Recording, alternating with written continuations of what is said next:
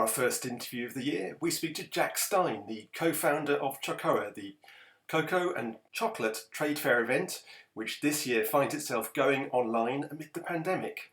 And as we discover, there are plenty of pressing issues which will be taxing the industry this year, including sustainability and driving new product development in a market that is economically challenged around the world.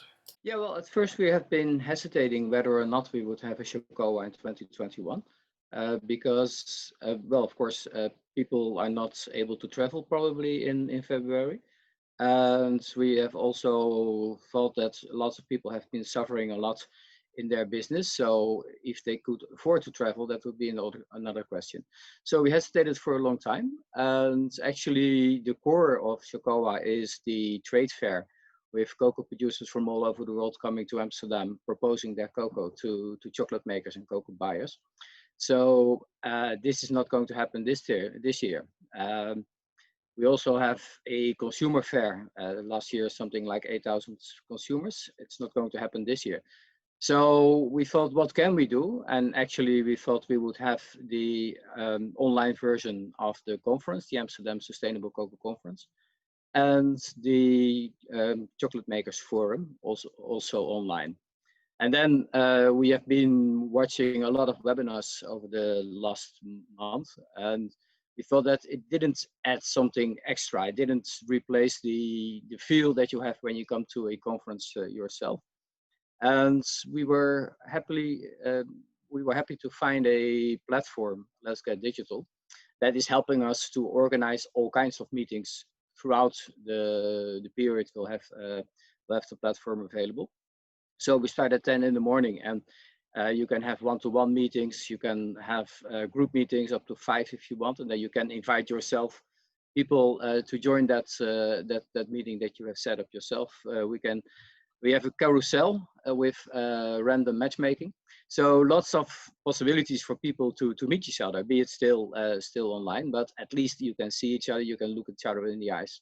And when we found that, then we said, okay, now we have something extra, now we have something new, now we have something that we can propose. So in the end, only in November, we decided that we would have a go.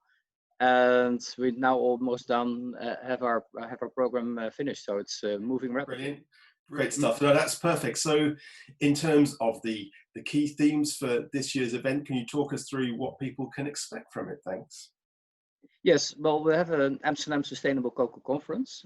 So the topics we have selected this year, and of course it's not set in stone yet, so it may change, but this is what we have come up with. We will start with digitization and supply chain traceability, transparency, and data is king. 2 sessions, 2 one-hour sessions. And we've decided that we would start off with them because we think that in the coming years, data will be key for progress in sustainability. Exchange of data, transparency, and also willingness to investigate the impacts of what has been done and to exchange information on that. Digitization is helping a lot. Some projects now with farmers that have barcodes. You can scan the barcode, you know how much cocoa they delivered. It's in the archives right away. Farmers get paid right away. All kinds of things that were unthinkable 5 years ago that you can do now.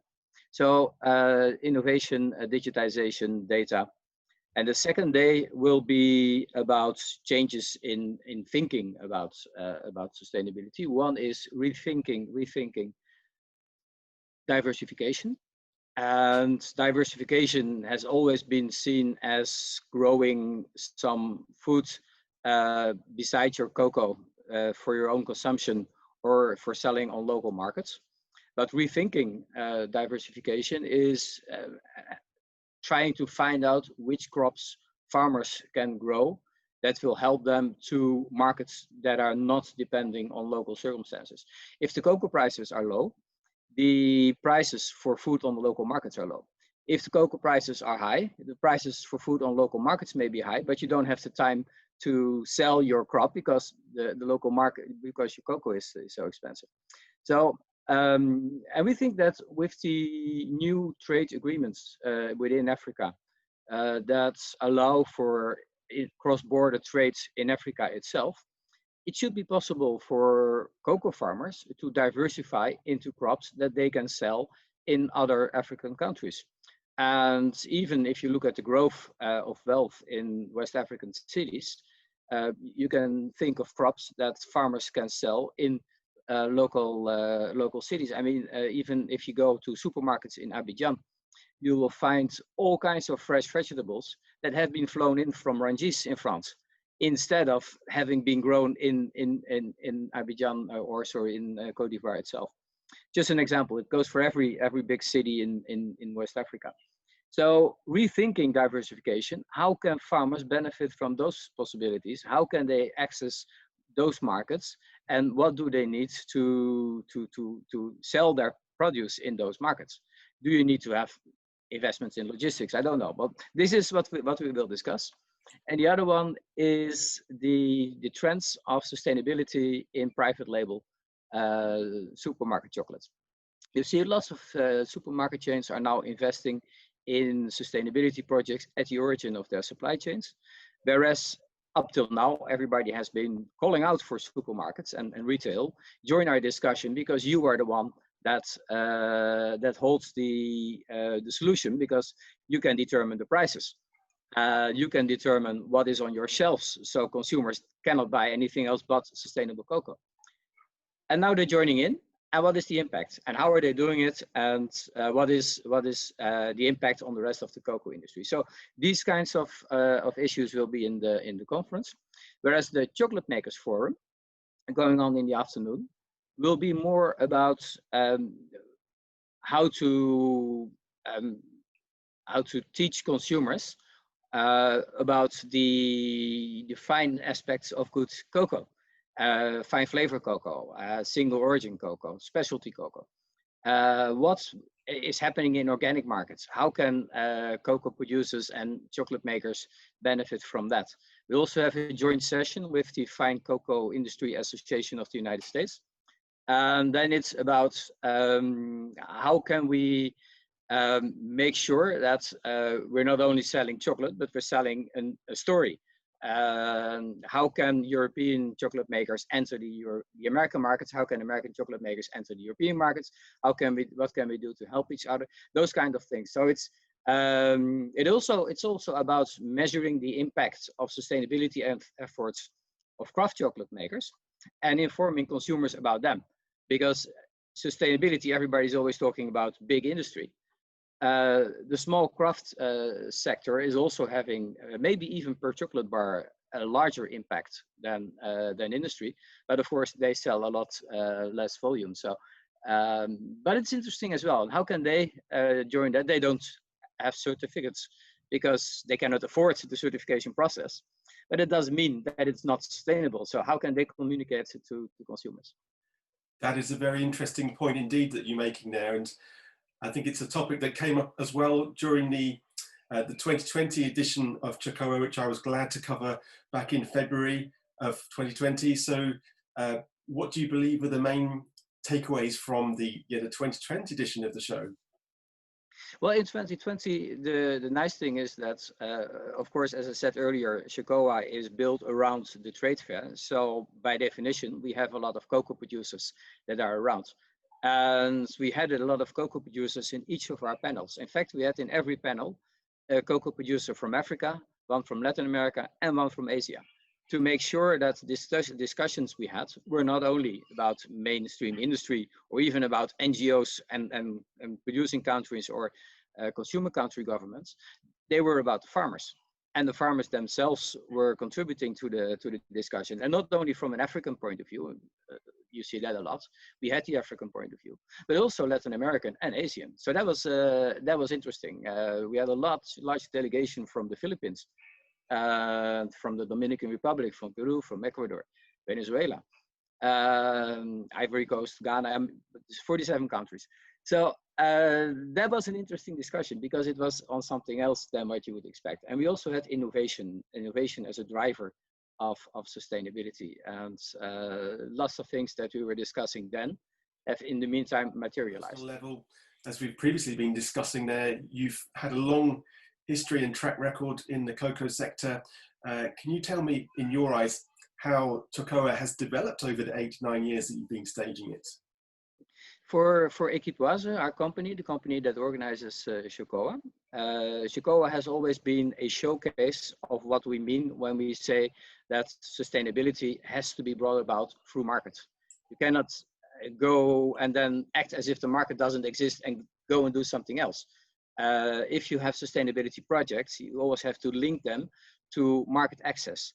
And Chocoa has always been about proving that if you provide market access to good cocoa, then you can actually have better developments. So on the one hand, as consultants, we are involved in consultation processes, for instance, with governments on helping them set their cocoa strategy, for instance, with cooperatives, with regions, to help them set their cocoa strategy, to train them for market access, to train them, to coach them on how to behave when you want to sell your cocoa to markets, to tell them indeed that if you don't prepare for sustainability, that at one point you will be out of the markets in Europe and the United States with due diligence obligation legislations.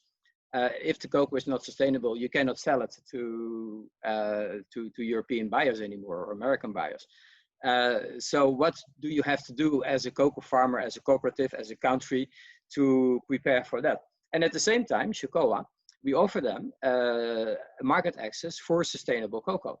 And it has grown enormously. The first time we had the trade fair, I think we had 14 booths. And the last time we had 85. So the first time there were 3 or 4 countries present. Last year we had 47. So it has spread along, and it is really nice. I mean, as a consultant, I travel a lot to cocoa producing countries, and at one point I was in Nieva in Colombia, and we were just 2 months before Chocoa. So I was talking to cocoa farmers, and I told them that what Chocoa would be about, and then they told me, "Well, Chocoa, we know about that," and that was in the province in Colombia, and that happens quite a lot. Or people that I meet at a conference, and then they tell me, "Yeah, I was at Chocoa 3 years ago, and I'm for sure I will come," and that's really nice. It means that indeed with the events, we contribute to the farmers, to the farmer organizations selling their cocoa. We contribute to discussions, and people remember that, and they want to come back, and they were happy with the results. So that's nice. Of the event. So, how important do you believe is it that we try and really drive down the problems that are associated with sustainability, or the child labour and farmer income problems that are still existing? Well, of course, they are important, and at the coming Chocoa, we will have child labor as the common thread throughout all our panels and sessions. And we will not have a specific session on child labor. It is the UN year for the fighting of child labor next year. We will not have a specific session on that, but we will have the impact on child labor for every topic that we discuss. So I just mentioned diversification. Diversification should lead to higher farmer income. Higher farmer income would lead to less poverty, and poverty is one of the drivers of child labor. So every session will be about that, child labor, and also how can gender equity contribute to the impact of the specific theme in that session.